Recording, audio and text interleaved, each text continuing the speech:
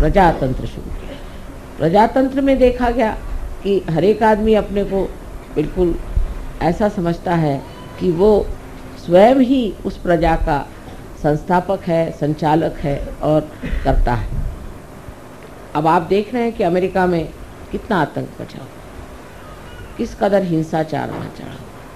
अगर पढ़ते हैं तो आश्चर्य होता है कि इस प्रजातंत्र का हाल ऐसा क्यों हो गया, ये तंत्र सारा गड़बड़ क्यों। वही हाल बाद में आप कम्युनिज्म जो आया वो उसकी एक समझ लीजिए कि दूसरी एक नवीन उमंग लेकर के संसार में आया कि अब हम एक नया ऐसा संसार बसाएंगे कि जिसमें सब मनुष्य में समानता आ जाए, उनमें कोई भी तरह का फ़र्क न रहे, खाने पीने में हर चीज़ में एक जैसा हो जाए और उसके अलावा उसको कोई स्वतंत्रता नहीं है। अगर वो स्वतंत्र हो गया तो स्व के तंत्र में वो गड़बड़ हो जाता है, इसलिए उसकी स्वतंत्रता हटा दी जाए। क्योंकि मनुष्य को जब एकदम मूर्ख समझा जाए तभी ऐसा हो सकता है। फिर मनुष्य मूर्ख नहीं है, वो तो हर जगह उसको आप जितना दबाइएगा उतना वो खोपड़ी पे चढ़ेगा। तो ये भी चीज़ कुछ बन नहीं पड़ी, वो भी नहीं बनी, ये भी नहीं बनी। इस तरह से जहाँ देखते हैं वहीं आतंक है। धर्म के मामले में तो आप देख रहे हैं कि किसी के धर्म की हालत देख करके लगता ही नहीं कि परमात्मा भी कोई चीज़ हो सकती जो एकमय हो, वो केवल हो, इसके लिए सब लोग आपस में सर काट रहे हैं, सबको मार डाल रहे हैं। तो ये कारण क्या है? जब चीज़ आपकी एक बहुत ही ज़्यादा सुष्ट रूप से नवीनतम संसार में आई है, तो इस नवीनतम चीज़ में और इस नावीन्यपूर्ण चीज़ को इस कदर गंदी, मैली, कुचैली करके क्यों संसार में आँखों में नज़र आ रही है, उसका ऐसा हाल क्यों हो रहा है? क्या वजह है कि जो चीज़ इतनी उदात्त, महान, और उसके शुरू करने वाले भी बड़े महान और उदात्त रहे हैं, वो सब के सब जा कर के आज कहाँ पहुँच गए। जैसे अमेरिका में मैं सोचती हूँ कि बहुत बड़े इंसान हो गए, इनको हम कहते हैं अब्राहम लिंकन, बहुत बड़े आदमी थे, रियलाइज सोल थे।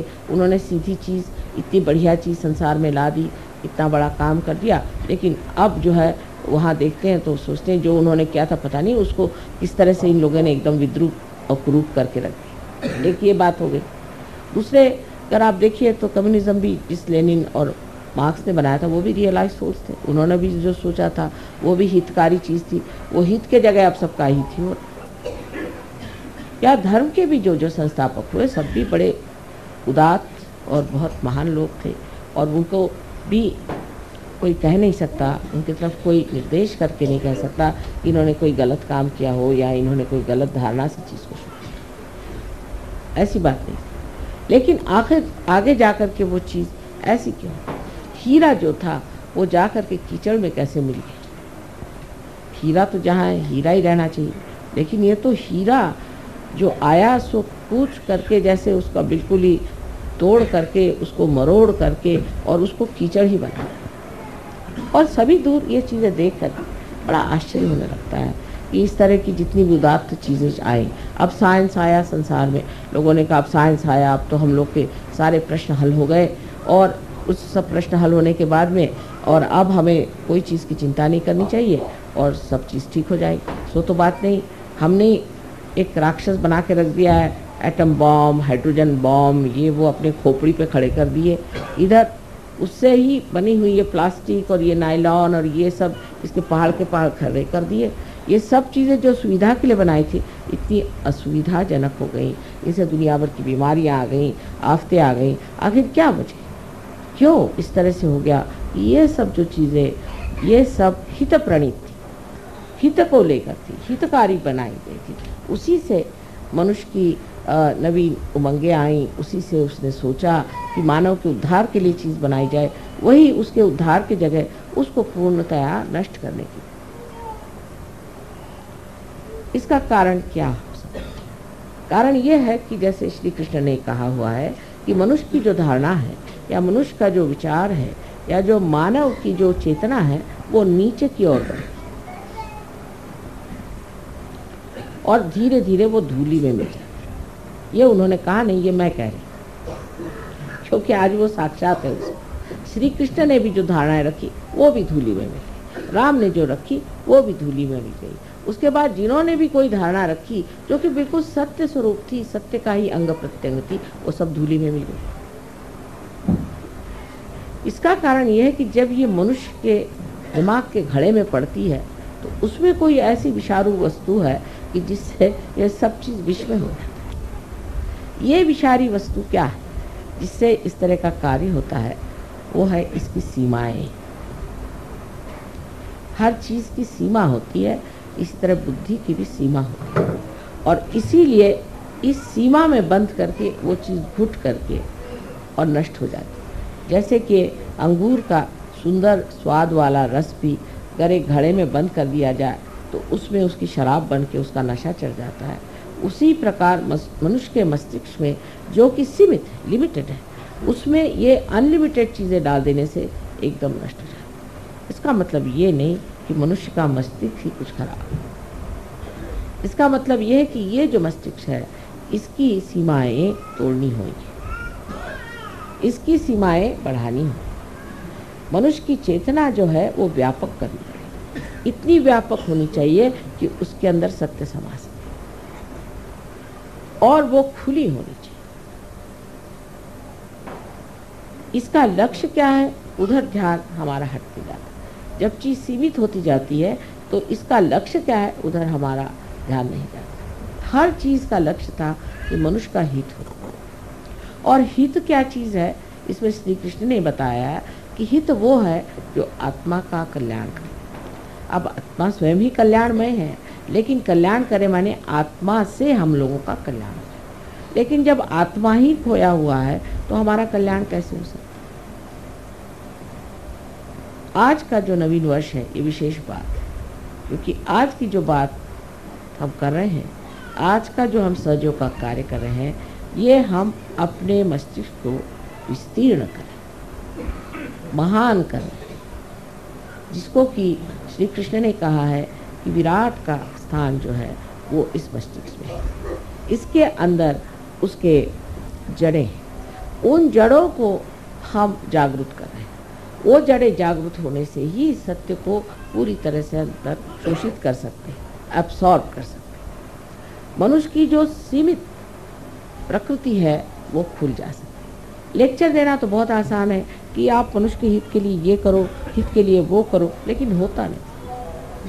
अंत में मनुष्य अपना हित नहीं करता, उल्टे अपना भी अहित कर सकता है और सारे समाज का भी अहित कर सकता है। इस मस्तिष्क को बढ़ाने के लिए सिर्फ एक ही तरीका है, वो है कि हमारे अंदर, हमारे हृदय में बसे हुए श्री आत्मा राम को जागृत करना और उनके प्रकाश से हमारे बुद्धि को जागृत करना, हमारे मस्तिष्क को जागृत करना। सो कैसे होता है कि हमारे हृदय के अंदर जो आत्मा है वो साक्षी स्वरूप बैठा हुआ सब चीज़ देख रहा है। जिस वक्त कुंडलिनी, जिसे आप गौरी माता कहते हैं, जब जागृत हो जाती है तो मस्तिष्क में भेद करके यहाँ पर ब्रह्मरंध्र को छेदने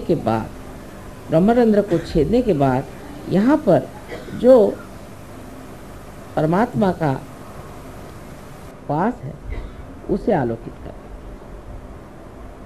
परमात्मा का ही प्रतिबिंब हमारे हृदय में आत्मा स्वरूप। जैसे ही हमारा आत्मा जागृत हो जाता है तो इस आत्मा के चारों तरफ ये 7 चक्र के आलोक, 7 चक्र के मंडल वो भी जागृत हो जाते हैं। और ये 7 चक्रों की जो पीठ है वो हमारे मस्तिष्क में है, क्योंकि वो भी जागृत हो जाते हैं, इसीलिए ये 7 मंडल भी हमारे हृदय में जागृत हो जाते हैं। ये मंडल जागृत हो जाने से ही हमारी जो नसें हैं या हमारी जो ब्रेन है वो एक तरह से अति सूक्ष्म तरीके से खुल जाता है और उसके अंदर शोषण करने की शक्ति बढ़ जाती है। सत्य को शोषण करने की शक्ति बढ़ने से ही मनुष्य सत्य पे खड़ा हो सकता है। आज तक मनुष्य सत्य पे खड़ा नहीं हो पाया। सत्य को सुनता है, जानता है, देखता है, पर उस पर खड़ा नहीं हो सकता। सत्य को आत्मसात करने के लिए आत्मा की जागृति होनी चाहिए, और वो आज सहयोग में हो गई, सहज में ही हो गई कहना चाहिए, जो इतने लोग आत्मा को प्राप्त हो गए। आत्मा को प्राप्त होने से वो शक्ति आपके अंदर जागृत होती है जिससे आप सत्य को आत्मसात कर सकें। जो आज डेमोक्रेसी का सत्य है वो सत्य आपके अंदर जागृत हो गया। माने ये कि दूसरा कौन है, दूसरा कौन है, सब तो हम ही हैं, हमारे ही अंदर सब कुछ है। जब आपको सामूहिक चेतना आ गई तो उसमें कम्युनिज्म का भी सत्य आ गया। जब आपके अंदर ही आ गए वो सत्य आप ही के अंदर प्रकट हो रहा है। जब आप उसको देख करके जान करके कह सकते हैं कि इस आदमी में कौन से दोष है। और जब आप अपने को जानने लग गए, जब आप अपने को देखने लग गए, आप जब अपनी ही स्वतंत्रता को प्राप्त हो गए तो आप में डेमोक्रेसी का भी जो सत्य है वो भी जागृत हो गया। तो स्वतंत्रता भी आ गई और एक तरह से पर का तंत्र भी आपके हाथ में आ गया। दूसरों का जो तंत्र है वो भी आपके हाथ में आ गया और आपकी स्वतंत्रता भी आप जान पड़े, क्योंकि अपना भी स्व का तंत्र आपने जाना। शिवाजी कहते थे स्वधर्म ओळखाओ, स्व का धर्म जानो। स्व का माने अपने आत्मा का धर्म आप जानो। और आत्मा का धर्म जो है कहने को तो स्व है, लेकिन ये जागतिक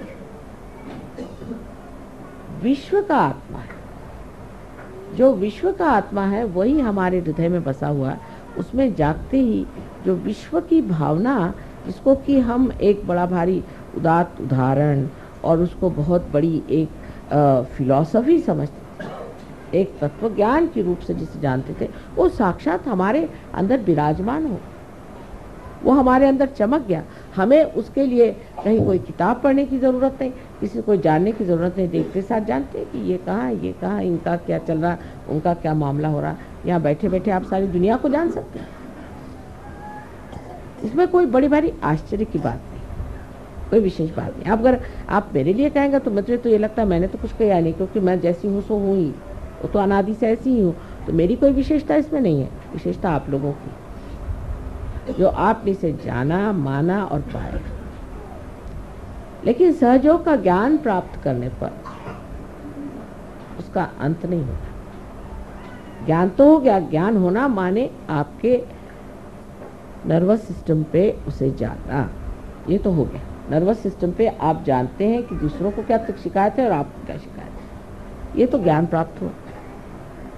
जो लोग उल्टी तरीके से चलते हैं वो सोचते हैं ज्ञान करना माने ये कि हमें बुद्धि से जानना है, बुद्धि से हमें जाना है। बुद्धि से जानना माने क्या कि हम अब किताबें पढ़ के जान लेंगे, या हम किसी गुरु के पास बैठ करके जान लेंगे, या किसी के उपदेश सुनने से हम जान लेंगे।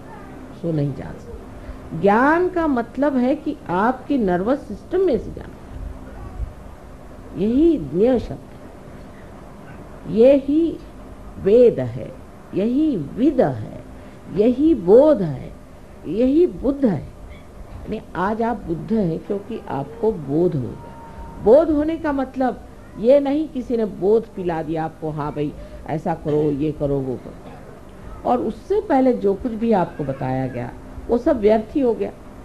किसी ने बताया हाँ साहब आप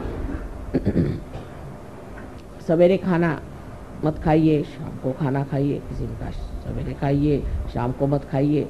कुछ ऐसी वैसी सब बातें चलते चलते लोग पहुँचे कि साहब समझ में नहीं आता। कोई कहते सवेरे खाओ, कोई कहते रात को, कोई इधर करो, कोई कहते वो करो, और कुछ बनता ही नहीं। लेकिन जो बोलता है उसके तो कोई चरित्र में विशेषता नहीं आई, उसका तो कोई स्वभाव नहीं बना। सो महावीर जी के इसमें मैं अभी कल ही मुझे ये चीज़ मिली, महावीर जी ने कहा है कि पहले ज्ञान को प्राप्त करो।